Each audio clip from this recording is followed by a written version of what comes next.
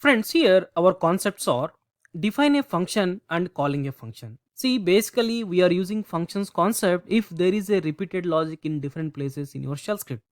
But that is not mandatory. Even though if you don't have any repeated logic in your shell script, still you can use functions concept just to increase readability of your shell script. Let me show you with an example first. Suppose I am implementing simple shell script.sh. Let me write shebang line first. Suppose I want to read two variables. Let me take read-p, enter first number, then I am taking that as number one variable, and read-p, enter second number, then I am taking that as num2. Then after that I am finding addition. Suppose I am giving sum equals to num1 plus num2, and here I am displaying the addition of your num1 and num2 is, so here I am displaying the result, that is sum.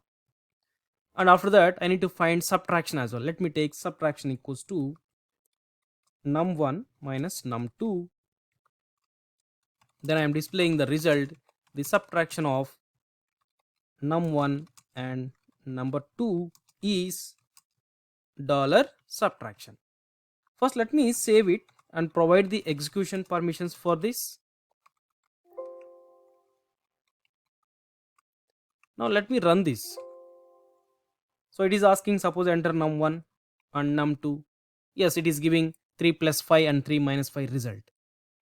Now of course your shell script is, as of now it is fine. You can use this just to find addition and subtraction of two numbers, but just to increase readability of my shell script, what I am doing is, these two lines are just to read two numbers, and these two lines are to find addition and to display the result of that, and these two lines are to find the subtraction and to display the result of that. So what I am doing is, let me open my shell script first. To read your two variables, I am defining one function. Simply I am taking read inputs. That's it. So that by using this function, what we are doing, simply we are reading two variables. Then second function I am using for addition, suppose. So whenever if you use this logic, it will find the addition of your two numbers and it will give the result as well. I mean, it will display the result as well. And I am defining one more function called a subtraction, suppose. Then inside that we are writing our two lines of logic. That's it. And one more thing, as of now we just defined a function, but if you define simply a function, it won't execute itself. Let me show you our shell script once. Now let me run this shell script and see the result. We are not getting any output because simply if you define a function, it won't execute itself. So whenever if you want to execute these two lines, then somewhere you have to call this function name. Suppose if you want to execute these two lines, somewhere you have to call, you have to place this function name. Now see, now I am opening our shell script,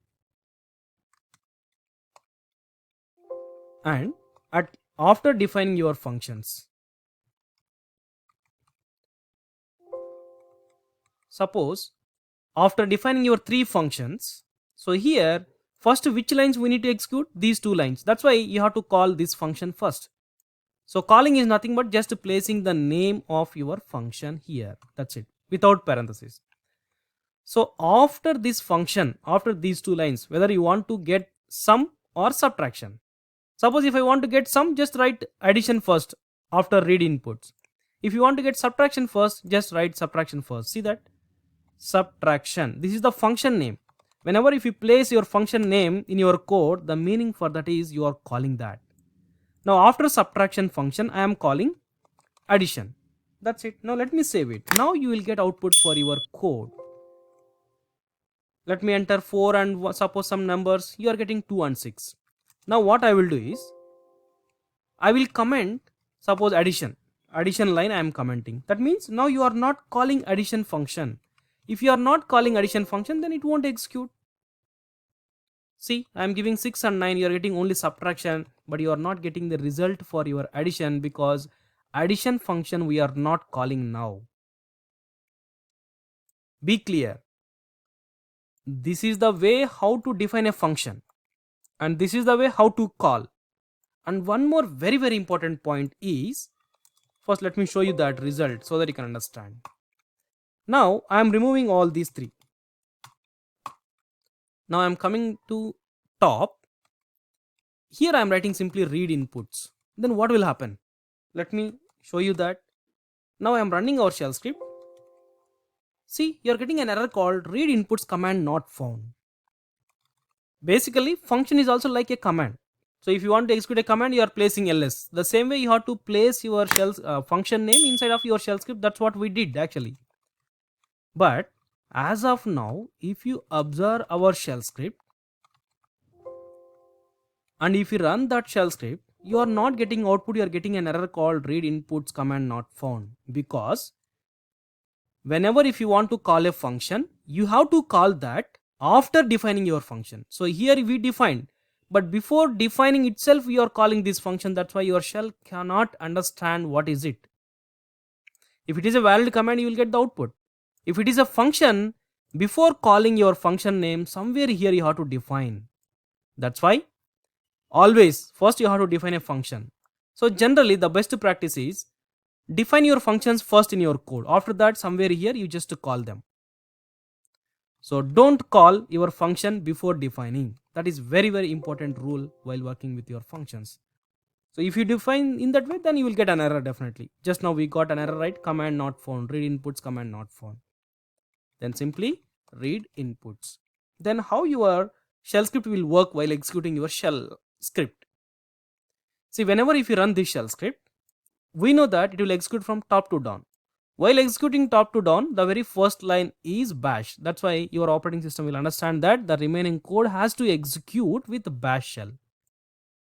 And if you observe, this is something, a name. It is not a valid command, simply it is a name. After name, immediately you have a parenthesis. So whenever if you have a parenthesis or before this name if you have a function key, then your shell understands that this is a function name, and as of now it should not execute. Simply it will read the name. That's it.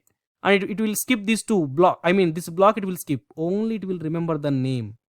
Then after that again we have a function. Then again it will read the function name. It will remember the name of your function. That's it. It won't execute as of now your logic. And after that your subtraction is there. Again your shell will try to remember this name. It won't execute this. So after all your functions, now you are calling read inputs. Now already shell knows that read inputs is nothing but somewhere function name it is. That's why whenever function name you are calling, then again your shell will go back to that place. Now it will execute and come back to that line only. After that, do you have any lines? No lines, it will skip. It will stop the execution of your shell script. So in that way your shell script will execute. So be clear, after defining your function you have to call it, right? See, already we know the syntax how to define a function. There are two ways: function name, or simply function name with parentheses. So we are using this one, but you have to remember both two, because in online exams you may get any one of the syntax. So at that time you should not get confused. Okay, that's it. So guys, this is the defining a function, and this is how we are calling a function. And still this is very basic explanation about your function. We have parameters, arguments to pass your functions concept. We'll discuss that after some time. Okay, thank you.